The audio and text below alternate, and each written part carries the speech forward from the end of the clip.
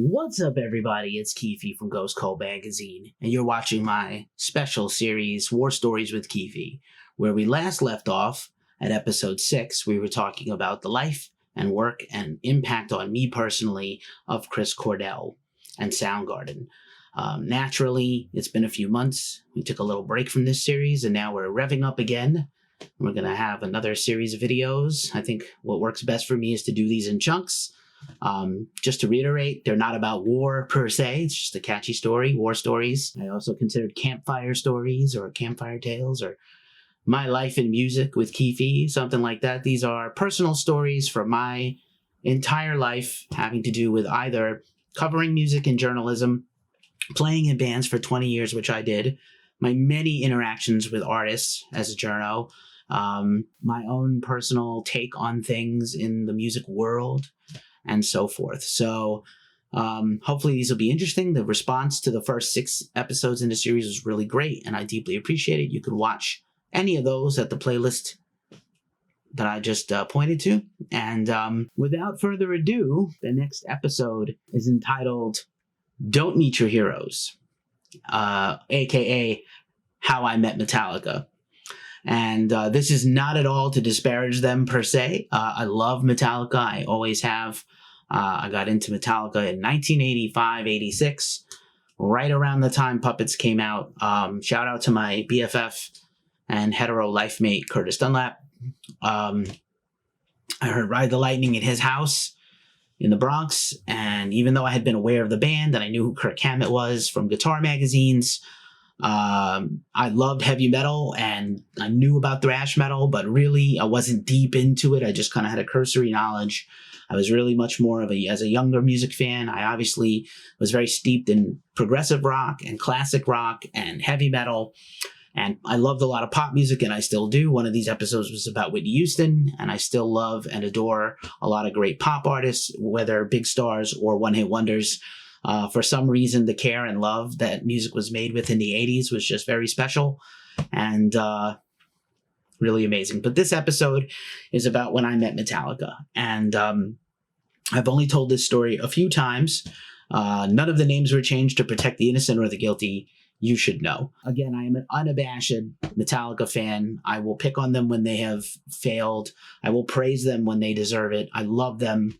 They are inarguably the biggest band ever. They are maybe the best band ever. You know, it's important to keep these things in mind when you're talking about history. I had an interesting encounter with them. You could call it a run-in. We'll see. You'll make up your own mind and drop a comment below after you watch this and tell me what you think. So we're going to take it back to 1998, New York City, which I lived in my entire life until 2005 when I moved out. Just got my first major band off the ground, Grunt BX, which you can look up on Bandcamp and hear a remastered version of an old song that I put up this year. And we had gotten our band off the ground and played our first gigs as a band after 5 or 6 years of slogging it out, trying to find members, writing a lot of songs, recording demos, putting them out, marketing tirelessly. This is almost, except without email, the pre-internet age. There were some things online you could sign up for and do and activate and participate in, but really it wasn't like we have now with the internet and streaming and all these things. Metallica was, biggest band in the world at this point, had the Black Album in 91, Load and Reload 96, 97, back to back. Binge and Purge is in there somewhere in 93, 94. Arguably the greatest live album ever. Certainly one of the best box sets ever of any kind of packages. I know it was a lot of money when it first came out, but it was incredibly value-laden, whether you got the VHS originally or the DVDs later. You know, an incredible document of the pinnacle of Metallica's greatness, or right after it, depending on what kind of fan you are. As I know a lot of people after Injustice, they're just first for Metallica only. I don't know what to tell you. The Black Album's great, and Load and Reload have their merits. I don't like... S&M was decent the first time around. It's much better this time around. The latest release back in August of 2020 here. Don't like Saint Anger / hate it. Hate Lulu, garbage, horrible. But this is really... They were still pretty incredible, and there wasn't this kind of backlash and hatred for them yet. You can make a case that maybe some of these guys were detestable, but, you know, we'll get into that. So Metallica was on the cusp of putting out Garage Inc., their double album, double side covers album, and part of it is a compilation of previous covers they had put out on the classic Garage Inc. Revisited record, which was the, right after Cliff Burton died, and their introduction of Jason Newsted into the band. Had some classic heavy metal, post-punk covers, and some punk rock covers. That's where their cover of Last Caress, Green Hell comes from. That is where The Weight comes from, if you like Killing Joke, like I like Killing Joke. And many other, Helpless, Diamond Head, a lot of Diamond Head worship. And then various covers the band had put out over the years. I don't know if you know your Metallica history. When Metallica was coming up in the Bay Area, they used to play a lot of covers live. They were obscure at the time, and people didn't know who they were or what they were. And maybe Metallica took credit for that when people, Dave Mustaine has said as much in his book. Metallica has admitted as much at times, specifically in an interview in the past in So What magazine, their fan club zine. And they said they used to, people didn't know what that song was. And they'd be like, we wrote that shit. And then later on, their circle of friends also were tape traders. They were all like, you bullshit artists. But it wasn't like a shitty thing they were doing. They were, I think it was just kind of like a fun inside joke for them. They definitely were not trying to take things. They definitely borrowed riffs. Listen, a lot of bands have borrowed riffs. Fucking Black Sabbath took their name and arguably a lot of their stuff from Coven. We'll make another whole episode about that. A lot of bands lift riffs. Obviously, the very, aside from Mustaine getting kicked out and Metallica continuing to use his stuff on Kill 'Em All, Ride the Lightning, and arguably Master in a couple of places, Master of Puppets. They definitely lifted a couple of riffs from other bands, including that breakdown, we'll call it, riff in Fade to Black.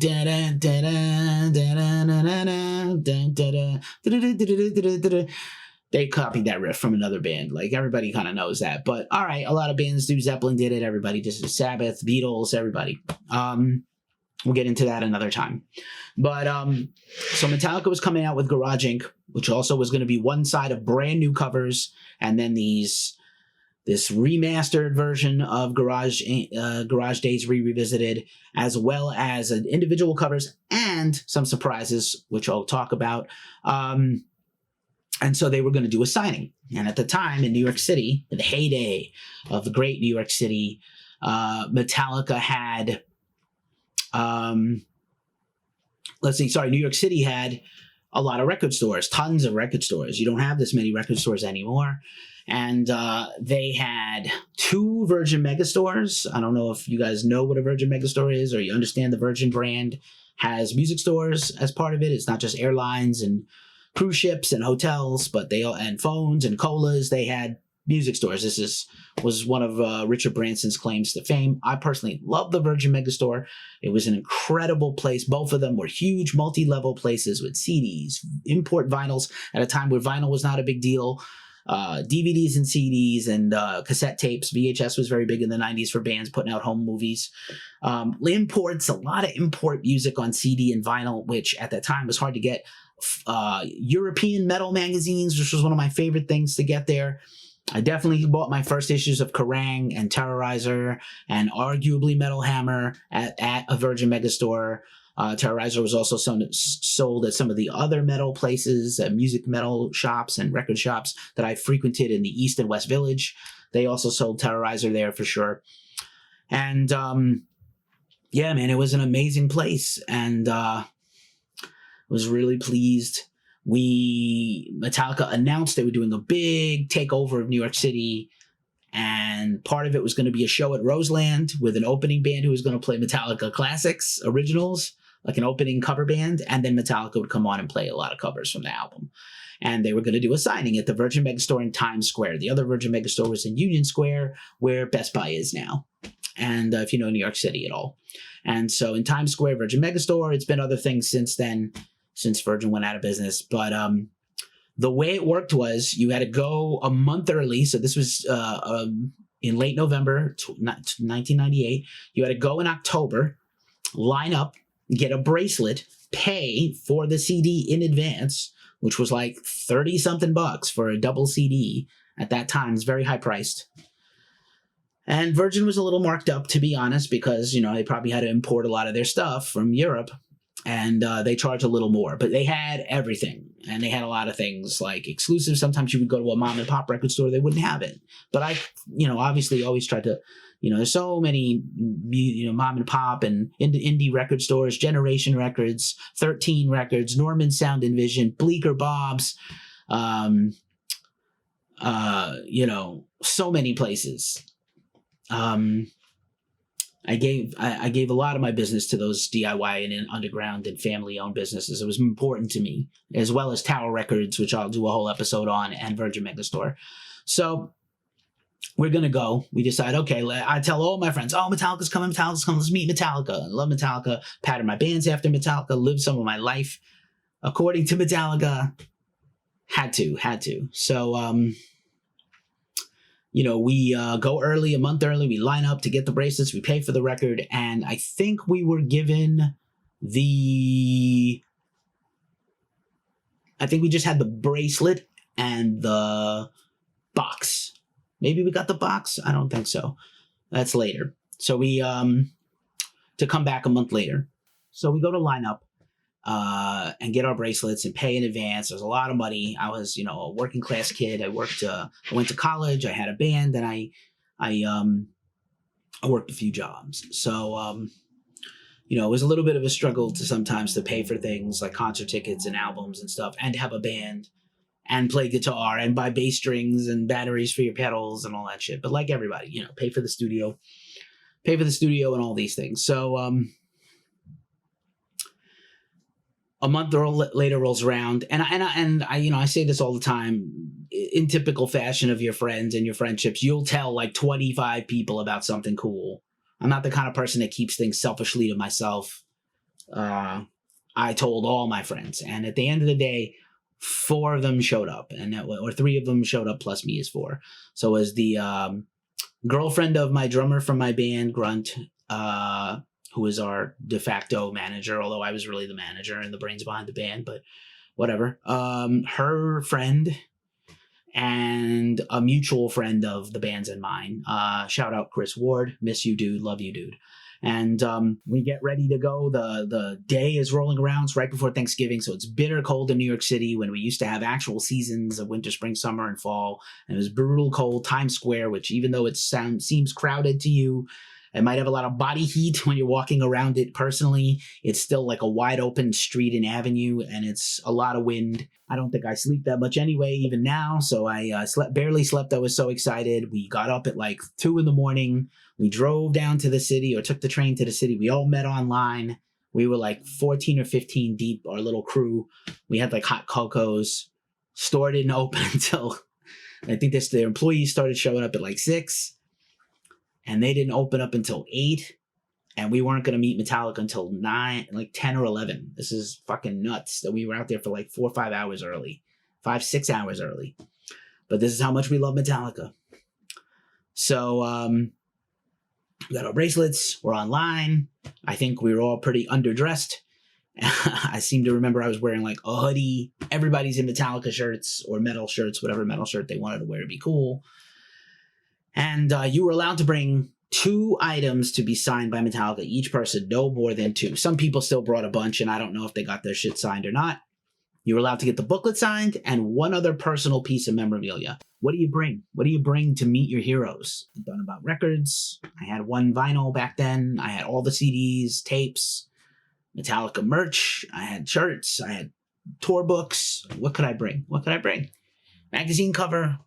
What would you bring? What would you bring to meet your heroes? Drop a comment. Let me know what you would bring if you got to meet your favorite band.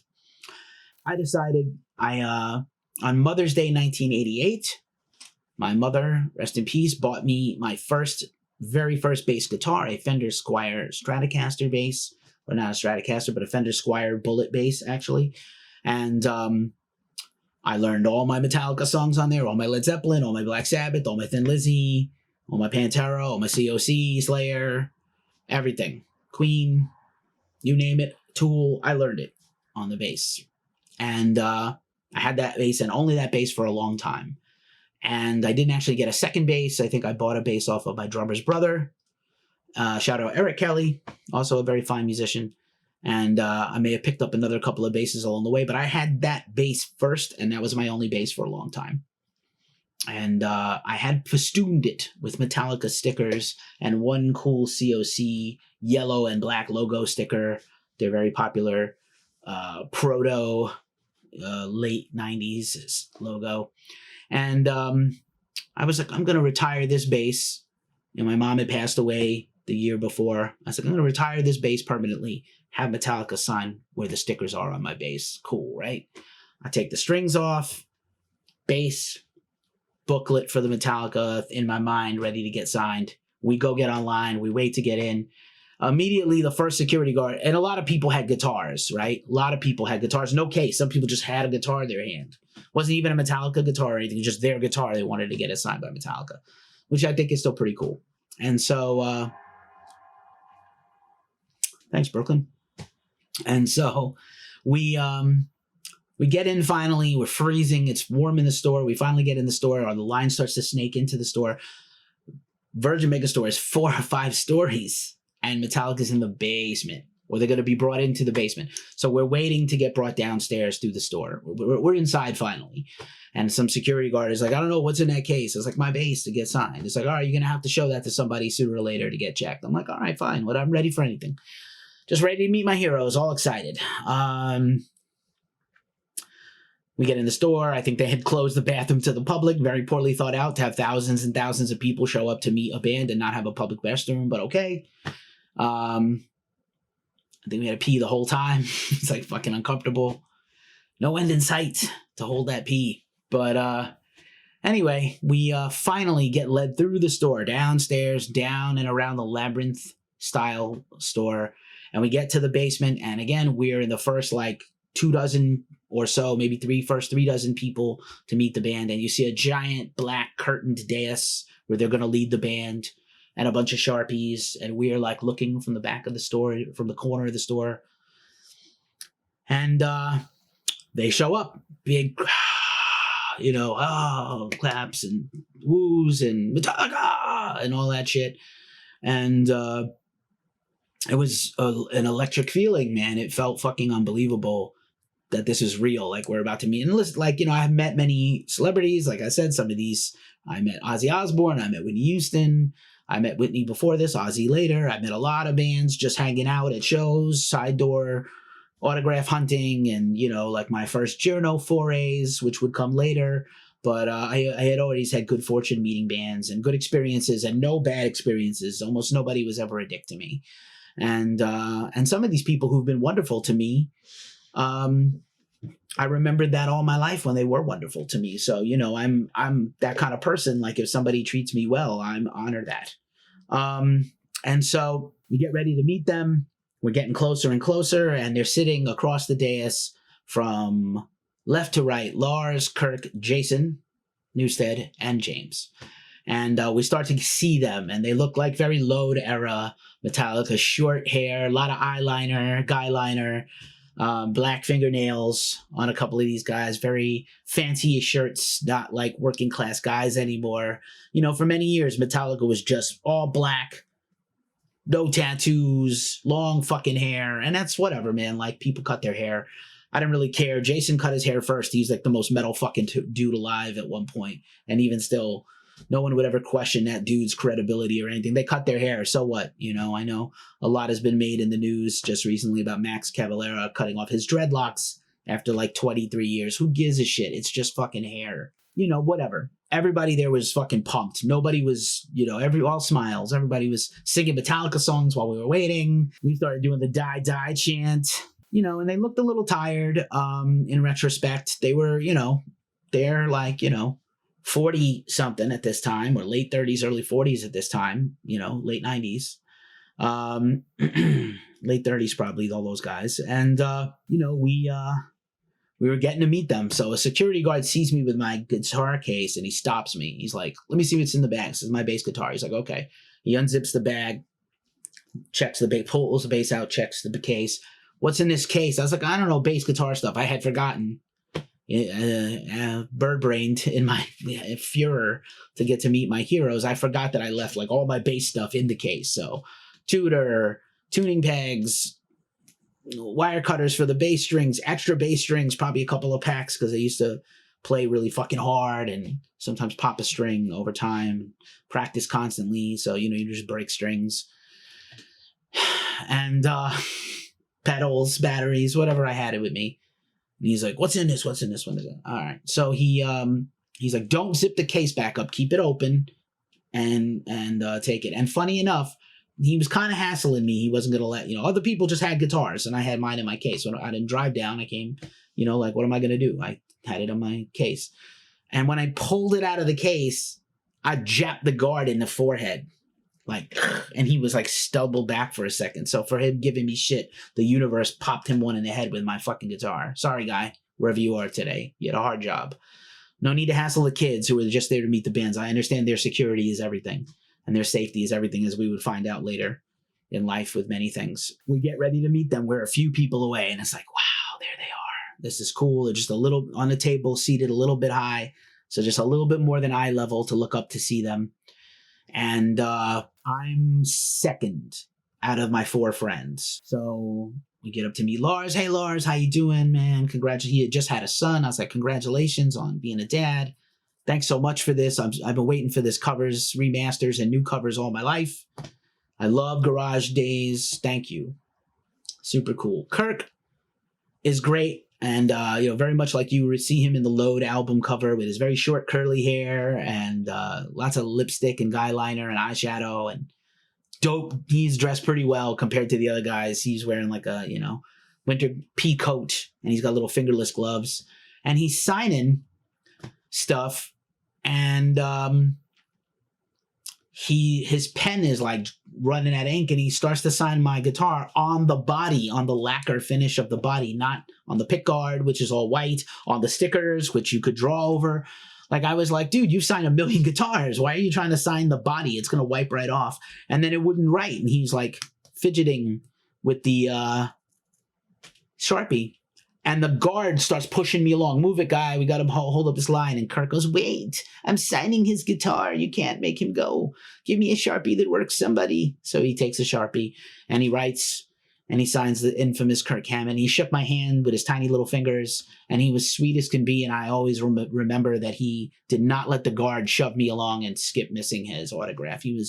The attention that these guys gave their fans was wonderful. Let me just preface everything I'm about to say with this. They were generally really lovely.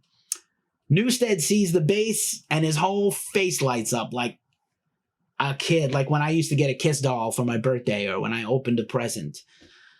He was just so fucking stoked to see a bass guitar. And I was like, Jason, man, what's up? He gives me a fucking pound with some hand jive like he's from New York. I was like, what? How do you know? This guy's not from the hood. He's from Michigan / Arizona / the Bay Area. How do you know? The little, what's up, son? He was fucking give me, almost give me a pat on the arm. Like, nobody brings a bass. This is fucking awesome. I was like, oh, Jason, man, I love your bass playing. I know all your stuff. He's like, I didn't write most of these songs. I was like, you know what, though? You wrote some of them and you interpret all of Cliff's stuff really beautifully. Thank you. And I see James as I'm talking to Jason, and James just like, unfucking like signing shit, like 1, 2, 3, no words, not much eye contact, just like kind of unhappy looking.